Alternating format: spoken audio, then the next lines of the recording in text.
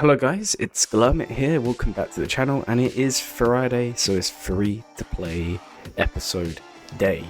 And this week we've made some good progress. I actually put out a poll on the channel the other day, just asking you guys what would you rather see as the bonus for this week's episode, and the majority of you, the vast majority of you, said you'd rather see a video rather than a live stream, and rather than both. Right, and I kind of understand that. So what we'll do is, for this video, if you can hit 90 likes on the video, guys, we'll do a bonus video next week. We know how that works because we did it in the first week of the free-to-play series.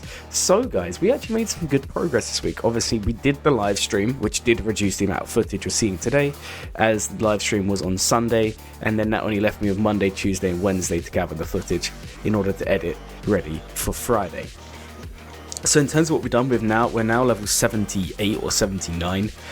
We've applied our first two Omegas, which we have given to Hondo. There may have been better ones to do. However, Omegas, they are still difficult to get, but you can also buy them with the guild currency as well now. Well, I say now, it's been a long time thing, but since we've previously done free-to-play series in the past. So there are easier ways to get them. And Hondo's ones are quite good. So his unique one is the one that's going to be giving him those bonuses when his teammates die, and his basic is giving him TM or reducing TM on the opponent. So I thought they were worth applying because Hondo is basically our ticket to clearing so many missions in this game. We've actually made some really good progress with mods as well, guys. We've finally got our first 10 speed mods, and not just one but 2 or 3 of them, which is really nice. And overall it's looking pretty good. We still are only doing the health mod farming at the moment. We probably could move on to doing the other ones, but I'm just waiting until I get some more teams geared up. So I'm just using maybe 1 to 2 weeks at max just to do health mods, so that we can have a good supply to begin with. So that's what we've been doing at the moment. And then obviously in fleets, guys, and that is what the topic of today's video is going to be, because I did promise you guys we would do a fleet focused episode for the free-to-play account. We have made some progress, however we've actually had to do a small detour, and it's really just a problem of you're leveling up so quick in the game. We've spoken about this so many times, that you just cannot hit the ship goals in time. So what I was thinking is, how do we now get those ships without postponing the farms that I want to be doing, the farms that are crucial to the guide we're following? And if you don't know what guide that is, then I recommend you go watch my free-to-play farming guide. It is linked in the main part of my channel. It's like the video to watch. I don't know how I set it up, but it is there, guys. If you go to my channel, you'll see the video. And we're already given the Empire fleet, so TIE Bomber, TIE Fighter, Vader, for free. We've been given Slave 1 for free. And they're all 4 stars. Now we only need 5-star ships for the tier 1 ZETA event, but we need 6-star for the tier 2. So it's just better to assume we're going to go straight to 6 stars rather than 5 stars. So, well, actually, guys, there's probably a bit of a miscommunication there. We need obviously the 5 stars dark side ships to unlock the Executrix, which then unlocks it, but you can use anything. But we might as well just take them to 6 stars, is what I'm implying here, because we're going to have to farm them anyway, right? Okay, so basically, we have obviously all of those ships I've already mentioned at 4 stars already. We've been farming the bomber each day. If we have leftover crystals and doing 1 refresh of the bomber, it's almost 5 stars already. I think it's like 22 shards progress there towards the next star level. We've also been buying Vader from Galactic War. We've been buying the TIE Bomber from Galactic War. We've been buying the TIE Fighter from Fleet Arena, although we have now stopped for a second just to prioritize other stuff. And the 2 other ships, because we mentioned before we're going to need 2 more ships, that I've decided that I want to farm, are going to be the First Order TIE Fighter and the First Order Special Forces TIE Fighter. Now the reason for this is the First Order TIE Fighter will show up in Galactic War and show up in Fleet Arena, and it shows up quite common, so it's a nice and easy ship for me to get. I should have it within the next week or 2 at 5 stars. And the other one is the Special Forces TIE Fighter, and this one is even quicker. Technically, if you could, refresh indefinitely for 3, we would, at the stores I'm talking about, we would actually have it at 5 stars already. Because for me, I got the tier 2 of the Naboo raid. I understand some of you following may be doing Sith raid or maybe doing other raids, so maybe it'll take you a little bit longer. But you can use the first currency of the guild events to actually buy the Special Forces TIE Fighter And you can also use the actual guild currency, the OG guild currency, to also buy it as well. So you can speed it up even further. And one reward crate for me of the raid was enough currency to take the ship straight to 5 stars. It's just a matter of logging on enough and having enough refresh days to buy it. So we don't need to do any farming, we don't need to divert anything, we're just taking away guild currency. And to be fair, that's not necessarily a bad thing, because with the guild currency, obviously eventually we will be buying gear, but we're not going to be doing that until we at least have all the characters in that section unlocked at 7 stars, which may seem like it'll take a long time, but honestly guys, it will be a lot quicker than you can imagine, because you get so much currency, and eventually we can be buying like multiple characters at once. At the moment, I'm only buying the Special Forces TIE Fighter there, so that's what we've been doing there. And once that's happened, we should have Vader at 5 star, we should have the Bomber at 5 star, the 2 TIE Fighters at 5 star, we should also have the regular Imperial TIE Fighter is already at 5 star, I just need to level it up. And then we'll only have Slave 1 to take up, which we can also buy from the fleet store. Now obviously we will need 6 of those at 6 star, or all 6 of those at 6 stars should I say. So what we'll be doing is just those ships will just go up to 6 stars as well. It does mean it's going to take us a while to get to the point where we can do the better Zetas, the 2, but as long as we're getting 1 and they're getting some income, I'm happy for now. So that's the plan for the ships. Now going back to the guild currency guys, we cannot be spending the tier 3 currency until we're level 85, so we can't be using that, so we've got 1,000 just there waiting. When we do get the opportunity to spend it, it will be spent on Zimbiddles and Electrum conductors only. We're just going to only do that for now. We're not going to do the Relic 8 ones, we're not going to do any of that to begin with. We're just going to do lots of Electrums, lots of Zimbiddles, because we're going to be taking Master Qui-Gon, Padawan Obi-Wan to R7 as soon as possible, so making that a little bit easier in terms of the high relic gear salvage is going to be nice, so that's what we're going to spend that on. And in terms of my tier 2 currency, what we've been spending on at the moment has been Rolo shards. Again, same as the tier 1 currency, I would rather max out all the characters before I start spending the currency elsewhere. So we're starting with Rolo because we will need her one day for JKO, and just getting her unlocked is good. And then we will be doing Imperial Probe Droid. Now you don't have to do Probe Droid on your accounts guys, and I do recommend you probably avoid it, but I will be doing it just because I can. Because personally I would rather max out all those characters and then use the gear elsewhere, because you never know. There may be a day when Probe Droids needed for something, and then we don't want to have to go and farm them later and prolong farms. So just having them farmed now is probably better than nothing. It will take about 4 to 5 months to get these done, because you're going to need a lot of guild currency, and I'm talking about for both the characters, not just one of them. Because it is only 5 shards and it's like 1,250 each, so you guys can do the math, you need a lot of tier 2 currency. But again, once it's done and out of the way, you don't need to touch them again. So that's kind of what we're doing there. And then when it comes to the mods, like I've already spoken about, we've done the health mods where we can now 3-star these pretty easily. You can see me replaying them here. I'm just replaying it because I had a feat to kill clone troopers, and this is probably the easiest one to do that in. And then we will soon be moving away from only the health mods, and we'll actually be moving towards farming those speed mods, offense mods, and all of the rest. We're just giving it a week to 2 weeks just to get a nice mod sort of income, so at least characters are modded who need to be modded. The other reason is, guys, we are going to be doing Grand Arena very soon on the account. You know, we're almost level 80. It's not too long until we're level 85. So the sooner we can get up and running and in a position where we can actually have teams with decent mods, the better. And now some of you will be saying, well, Glurmit, why don't you just go start farming the other mods now?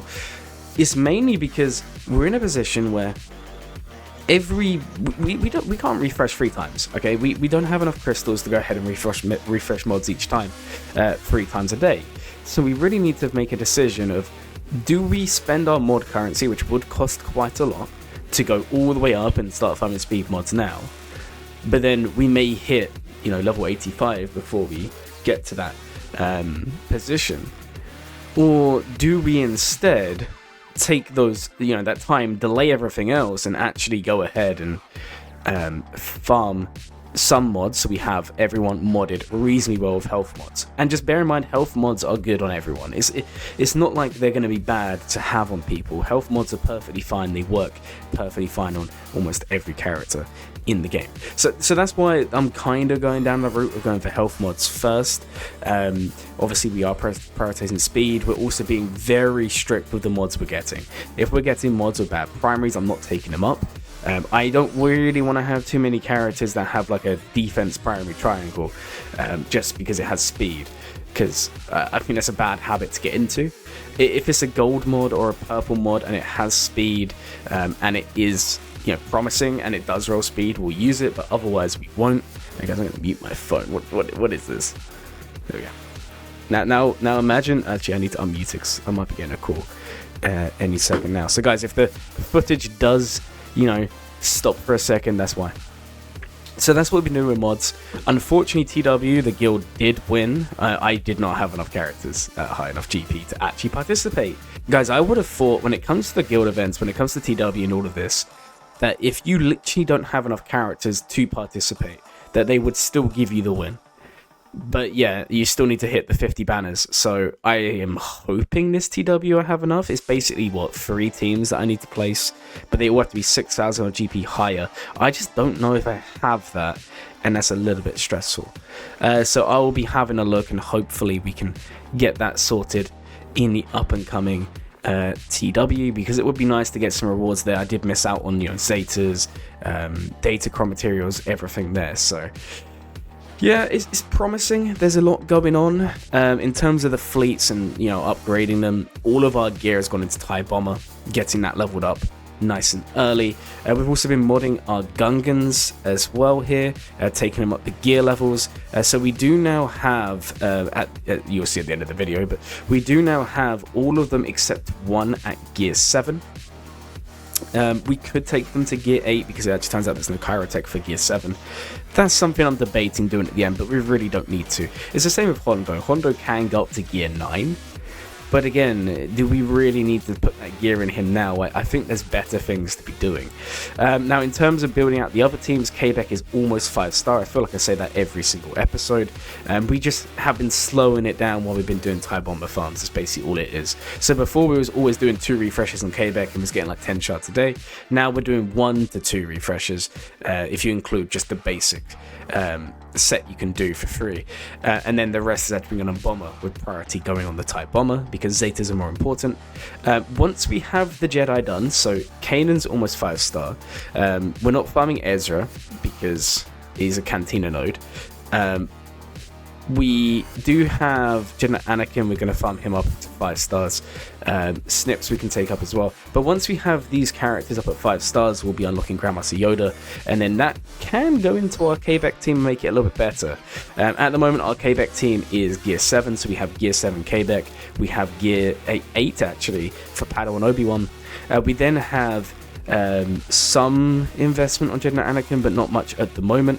Obviously, Mace is Gear 7, and then we're going to be getting Master Qui-Gon, and then Grandmaster Yoda could, if we wanted to, be the last one in that slot, which I don't think would be a bad idea. He's a very easy gear.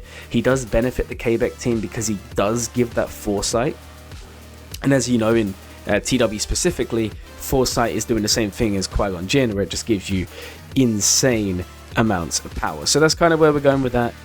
It's coming along. You can see Hondo solos the Savage. It is bugged, by the way. It's quite funny. So if Savage for some reason's exposed before he does his big hit, he will just instantly die and then do the big hit when he's dead. It's quite funny. It's hard to show you when it's sped up, but I do recommend you guys just go try out in the event yourself. It's quite funny. He'll be like half health. You've just exposed him with Hondo's basic, and then obviously you haven't hit him again, so there's no way he would die. But then he kind of just dies and the battle ends, and then you see the big hit come in. It's just, man, there's so many bugs in this game. It's fun, at least when they're not game breaking, right? So yeah, we've got some more Galactic War footage coming in. I think there's only been 2 or 3 we haven't been able to clear throughout the entire playthrough of the account so far, which is really nice. And the best thing is we are so close to being able to sim it, guys. We're probably like a week or 2 away, and then we can sim it, forget about it, never play it again. And I cannot wait for that, because this game I love it so much, but my issue is, especially when you start running multiple accounts, there is so much to do. You've got territory battles to do, you've got conquest to do, you've got TW to do, you've got GAC to do. Obviously, they're not always going to be at the same time, right? But for example, I'll take my main account the other day. I did Grand Arena and I was in a bit of a rush, but it still took me 2.5 hours. Okay, I was streaming, so, you know, there's still the entertainment value in there, and the fact that I'm stalling for entertainment. But even if you take away all of that stalling, you're probably still looking at about an hour to an hour and a half. Then if you have TW, you're looking at maybe another 2 hours prolonged over the, you know, the day, because you're spending more than 2 hours here and there, right? You're going to be logging in for 20 minutes doing a few battles, logging in 20 minutes doing a few battles. So you got to add that in. And then if you have conquest, you're adding probably another hour on top of everything else. So the time is a little bit difficult, and that is just a critique of the game, really. But other than that, it's not too bad, guys. We're making some good progress. Everything's coming along. The sooner we can sim stuff, the better. In terms of the assault battle teams, just at the moment we don't really have any of them. Obviously we have got some Phoenix coming up, and that probably could do us the first few tiers of the event, but I don't really want to farm Captain Rex, and without Captain Rex it's not really going to be doing much. Bounty Hunters, they're on their way ever so slowly. We now have Bosk at 5 stars or 4 stars. We now have Dengar up. All of this is unfarmed, guys. This is just rewards we've been given through play in the game, which is really, really nice. Night Sisters, Merrin's still being farmed. I think she's almost 4 stars or 3 stars or something like that, so she's on her way. The rest of the Night Sisters, honestly, are really easy to get, because apart from Towson, they're all just in the event stores. Because we won't be running Zombie, at least not in the beginning, because Zombie is obviously a hard node, and you can also run, you know, Talia or someone like that. So we don't necessarily need to put more resources into that. So the assault battle teams are coming up nice and slowly. In terms of the CLS team, obviously once we have Bounty Hunters and Chewbacca, that's going to be another assault battle team we have. We're just waiting for that one to come into play. So really, we're making some good progress. Everything's kind of running smoothly. And with that said, guys, let's move in to the in-game look at the account. Right, guys, so we're in-game. I'm level 79, almost level 80, so I was actually wrong in the footage recording when I said we was almost level 79. But anyways, this is how the account is now looking. So if we look at rarity, this is what we're looking at now. So we have 2 characters at 7 stars. We have quite a few at 5 stars now. Padawan Obi-Wan is almost 6 stars, and the sooner he gets to 7 stars, the better. Now, I was originally going to split the farming between him and Master Qui-Gon, but then I kind of decided, let's just take him straight to 7 stars, because there's a chance we can get him Gear 12 and possibly even Relic before we actually finish farming Master Qui-Gon. So that's why I decided to do that, just to speed things up on that side. Other than that, we're looking pretty good. Yeah, we have 4-star Bosk. We're now farming Chopper from the stores. Hera we're not farming yet. Kanan we are farming now. So they're all coming along nicely. In terms of the gear tier, we do have some nice geared characters now. Look at this, guys. We're finally making some progress. Boba Fett is obviously gear 8. Hondo's gear 8. Padawan Obi-Wan's gear 8. Boss Nass gear 7. Gear 7. Gear 7, Gear 7, Gear 7, Gear 7. And in terms of the mods, guys, we've finally got some going here. So Hondo is now at plus 60, and he's actually got some okay mods. So we've got speed, arrow there. We've got crit damage with a 9 speed. That's pretty good. I do rate this quite well. This one obviously is just there for stats. We don't have any speed on this. This mod is 13 speed, which is really nice, and it's only 3 rolls. It's not the best at 3 rolls, but hey, it's okay. You know, if we'd 6-dotted it, it's a health primary, so we probably will one day. It would obviously be 14, but there's a chance that this rolls 20, maybe 25, who knows. Obviously, this is a pretty bad mod, and this is, you know, a mid one. So yeah, we're making some good progress there, and I'm not going to show you all the mods and the characters. It's just, you're progressing so quick that if this was before all the changes, and we was the same level, it would have taken us like an extra 2 months, guys. But in those extra 2 months, we would have like double the gear on the characters. So it's just part and parcel of the game. I'm kind of coming to grips with it and accepting that it's just the way it is. We just need to kind of speed up and get some progress done before we hit level 85. Because if we go into GAC with this, we're getting wrecked. Unless, I don't know, maybe the first few rounds we have some quite favourable opponents. I don't know. In terms of other characters, we've obviously been doing the marquee events. We've obviously got Dengar, Cat Bane down here. which is pretty good. In terms of the journey guide, Palpatine, we do have the characters for, but they're all level 1. So yeah, I'm not going to be doing this event anytime soon. Grandmaster Yoda, we have 2 of them done, but obviously we need 5 stars to do it. So obviously we're going to use these 2. We're going to use Quebec, and then we're probably going to use Kanan, and then really it comes down to whoever we want. I mean, we could even do Old Ben, because he's bought in a guild store, and we could get that done nice and quick, so that's a possibility for us. But having a Grandmaster Yoda unlocked in Gear 11, Gear 12 would be massive for the account, especially in making a good Jedi team. And then also we can then split him and run 2 Jedi teams in GAC, especially in the early game. So that's how the account's looking for the characters.